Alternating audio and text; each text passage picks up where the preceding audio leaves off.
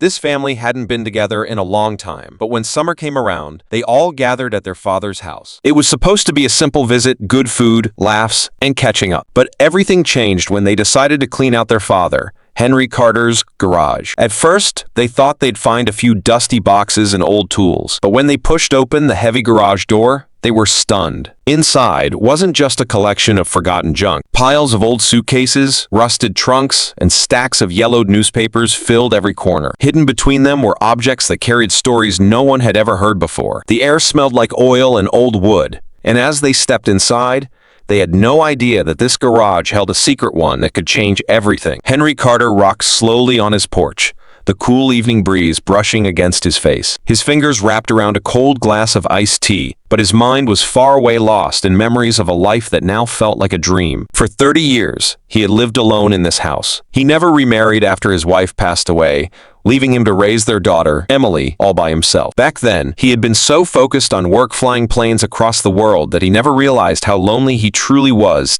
Now in retirement, the silence in his home felt heavier than ever. He missed waking up to someone's voice, sharing meals, and having deep conversations that only happened between people who truly know each other. But there was one thing he had never shared with anyone, not even his late wife. A secret from long ago, buried deep in his heart. It started during a week-long break on a beach in Thailand, and even after all these years, it still felt like a fire burning inside him, one he could never let go of. Henry Carter had spent years in the skies, but the flights he remembered most weren't the ones as a commercial pilot. They were the ones from a war that never really left him. During the Vietnam War, Henry was a helicopter pilot, flying dangerous rescue missions deep into enemy territory. His job was to bring wounded soldiers home, no matter how risky the mission. Some called him lucky, others believed flying with him meant survival. He had survived bullet holes in his helicopter, near crashes, and even a shot that went straight through his helmet, missing his head by inches. Between 1969 and 1970,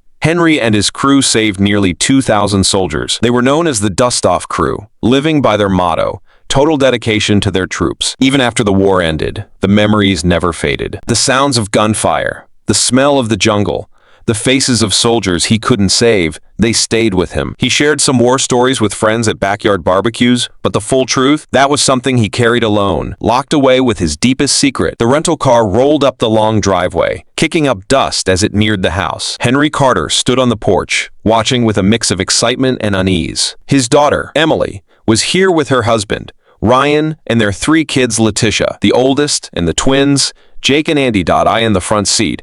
Emily and Ryan spoke in hushed voices. "Ryan, don't bring up the retirement home idea," she warned. "Dad won't agree." "He's lonely, Emily," Ryan argued. "It's for his own good." She shook her head. "He still sees his old army friends. Let him decide for himself." As the car came to a stop, the kids jumped out, racing toward their grandfather. Henry's serious expression melted into a smile as he pulled them into one of his famous bear hugs. Whatever worries had been on his mind faded for now. For the first time in a long time, his house felt full again. That night, Henry Carter lay in bed, staring at the ceiling. The house was quiet, but his mind wasn't. The kids were excited to clean out the garage tomorrow, but that thought made his chest tighten. There was something in there, something he hadn't thought about in years. Did he still have it? Was it buried under the piles of old boxes, waiting to be found? He tried to remember, but his memory was hazy. With a heavy sigh, he turned over and shut his eyes. Whatever was in that garage, he just hoped it would stay in the past. By the time Henry Carter came downstairs the next morning, the kids had already started. The garage door was halfway open, and Jake and Andy were dragging out dusty boxes, while Leticia stood nearby, organizing the mess. Emily handed Henry a cup of coffee. "They're serious about this," she said with a smile. Henry sipped his coffee, watching the kids. That uneasy feeling from last night crept back. What if they found something they weren't supposed to? He tried to push the thought away. By noon, the twins made their first big discovery, a rusted metal trunk buried under a pile of newspapers. Inside, they found an old radio, a helmet, a knife, and 2 faded satchels. But what really caught Leticia's eye was a small tin box hidden at the bottom. She held it tightly, sensing it was important. A tea lunch. The kids proudly displayed their findings on the table. "What are these, Grandpa?" Andy asked. Henry looked at the objects, then at Emily. She gave a small nod. He took a deep breath. All right, he said. Let me tell you a story. The kids leaned in, eyes wide with curiosity, as Henry Carter picked up the helmet and turned it in his hands. Back then, he began, we flew into danger with nothing but courage and a little bit of luck. He told them stories of daring rescues, helicopters weaving through enemy fire, and soldiers clinging to hope as they were lifted from the battlefield. He described the chaos, the fear, and the moments of triumph when another life was saved. The twins hung on every word, imagining their grandfather as a fearless hero in the sky. But as Henry spoke, a cold feeling settled in his chest. The garage held more than just these relics. It held a secret. He scanned the room, hoping the kids wouldn't find the one thing he wanted to stay hidden. An hour later, Leticia's sharp eyes caught something, a second tin box, identical to the one from the photos. As she lifted it, an idea began to form in her mind. She didn't know why, but she felt this was important, maybe even life-changing. The next morning, Leticia skipped breakfast. She sat in her room, her laptop open, fingers flying across the keyboard. Her heart pounded as she made calls, searching for something or someone she couldn't explain. Emily knocked on the door. Sweetheart, are you okay? You've been up here all morning. I'm fine, Mom, Leticia called back. Just a headache. I'll be down later. But she wasn't resting. She was focused, determined. Something about that second tin box had sparked a feeling deep inside her. She had to follow it.by lunchtime. Emily grew more concerned. Leticia, you need to eat, she insisted. I will, Leticia promised. But in truth, she wasn't thinking about food at all. She had a plan, a bold one. The next day, after lunch, she walked into the living room with a small, excited smile. I'm expecting a guest tomorrow, she announced. Henry looked up from his coffee. Who? Leticia's eyes twinkled. You'll see. The next morning, Leticia stood by the window, her stomach fluttering with nerves. At exactly 10 a.m., a sleek black car turned into the driveway, rolling to a stop in front of the house. She held her breath, unable to see the driver through the tinted windows. Henry Carter sat beside her, watching with quiet curiosity. Are you finally going to tell me who's coming? He asked. Leticia just smiled. You'll see soon enough, Grandpa. The car door opened, and a woman stepped out. She was older, around Henry's age, with soft eyes and a gentle smile. The moment Henry saw her, his face drained of color. His hands, steady for all these years, trembled. The woman walked up the steps, pausing in front of him. She reached out, touching Leticia's face for just a moment before turning to Henry. Hello, Henry, she said, her voice warm but shaky. Henry swallowed hard. Eleanor,